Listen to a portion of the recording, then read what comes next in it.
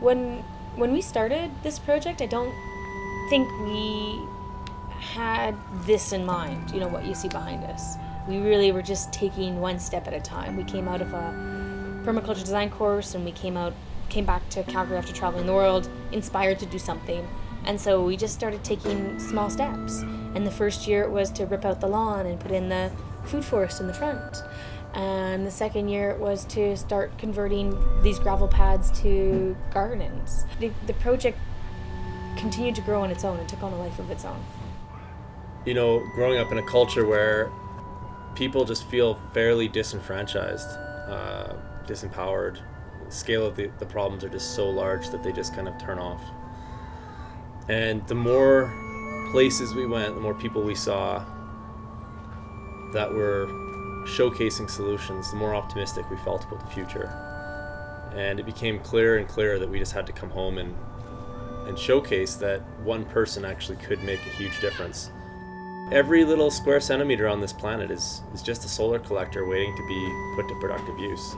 And if you start where you're at, and you just start, period, it's amazing what you can accomplish. One of the first things my mother-in-law told me was, you'll overestimate what you do in 1 year and underestimate what you do in 5, and that's absolutely been true.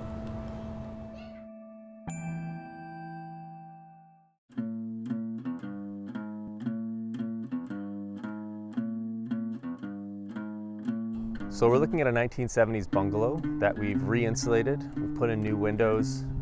We've daylighted the building by putting in these solar tubes on the roof. And then in front of it, we've got a food forest. Both sides are food forests, so everything in there is edible or medicinal.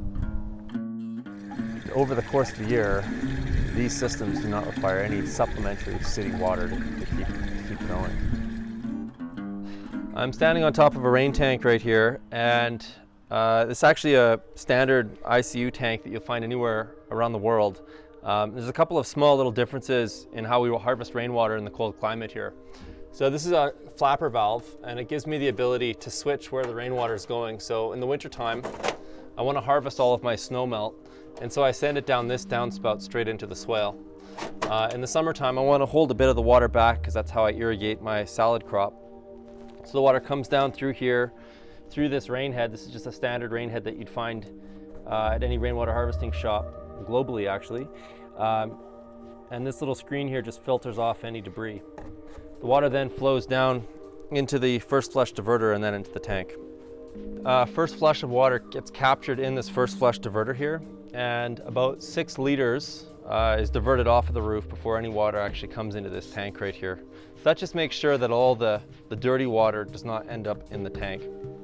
Because this is a retrofit, we actually had to build a custom overflow for the tank here, and so all the water comes up. The water in the tank will actually come to about this level here before it overflows down into the swale here.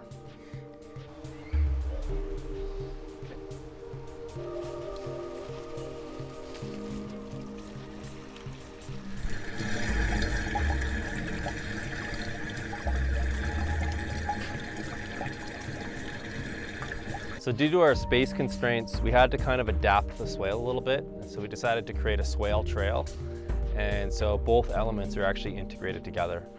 Some of the things that the swale trail allows us to do is harvest water passively like a conventional swale, but we can also gain access to all of the places within the food forest.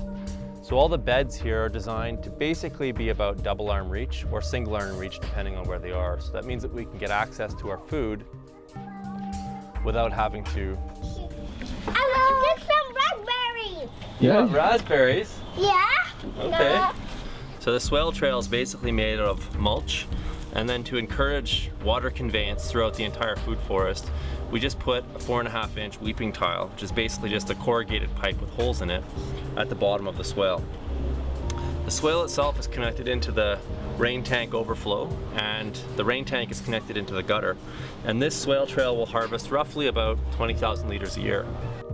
All right, to enhance the water harvesting potential of this side of the food forest, we wanted to bring in some additional water. So we actually went to talk to our neighbors, and they were really nice to let us have access to this downspout. So this downspout connects into a corrugated pipe and transitions over to perforated corrugated weeping tile.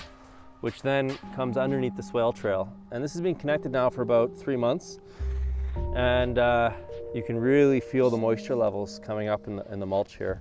So this is going to create a beautiful fungal environment, which is really what you want to go after when you're trying to grow a food forest. So we really wanted to create a landscape that helped to meet our needs, that gave us as much, if not more, for every little bit of energy we put into it. This is the food forest, and essentially it's a forest garden, a garden that's been designed to mimic the patterns found in a natural forest ecology. So we have ground layer and a mid-story and an overstory, except for in this instance, mostly so, all the plants provide food or fuel or fiber or some other use for us. We have a lot of berries, particularly. Berries go great in northern climates. So Saskatoon is an example, a couple of varieties of strawberry and raspberry, as well goji berry, 3 different kinds of currant, seaberry and honeyberry, which is one of our favorites.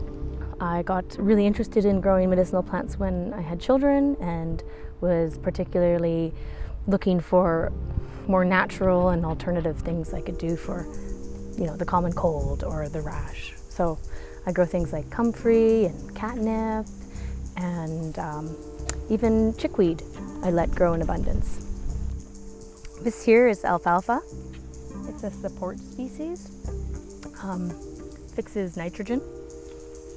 So not everything is specifically growing food, but everything is supporting that forest ecosystem. Essentially, we're trying to design and develop an ecology that not only feeds and sustains us, but also self-manages, it self-fertilizes. It, in a sense, self-irrigates. It doesn't self-irrigate, but at least it passively irrigates and retains as much moisture as possible. It builds soil and provides habitat for butterflies and bees and pollinators and all the critters that we actually really need in our cities. This forest was established just over 5 years ago now, and before that it really was identical to the neighbor's lawn. Succession has happened really quickly, and that has a lot to do with how we supported succession through the planting of pioneers and building soil. Also, you can see a strategy in forest gardening is guild planting.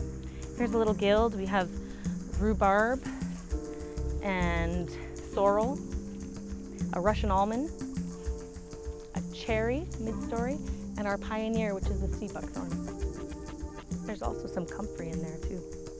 To transition from the neighbor's lawn to our food forest, we put in this raspberry hedge as an edge species that would grow in quite thick and aggressive to keep back the grass from moving into our forest.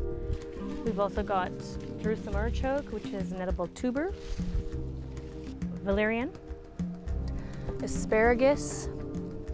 We've got a few ornamental perennials, comfrey, a really important food forest plant. Ooh, and going through yarrow, another medicinal. This lovage. There's the honeyberry, or the haskap, and another sea buckthorn. Right here we have fedge, which is short for fruit hedge. And these are cherry bushes. And we actually really encourage all the kids to come by and pick the cherries. There's actually none, we didn't hardly get any this year because they were all picked by the neighborhood kids. Here's a good spot to dig in a little bit into this forest floor and see what's going on. And this soil has changed so much since when we first started, and this was just lawn. And that has a lot to do with the fact we've been trying really hard to build soil, build up carbon, and using techniques such as chop and drop and heavy mulch. So we're essentially building carbon, adding lots of life back into the soil.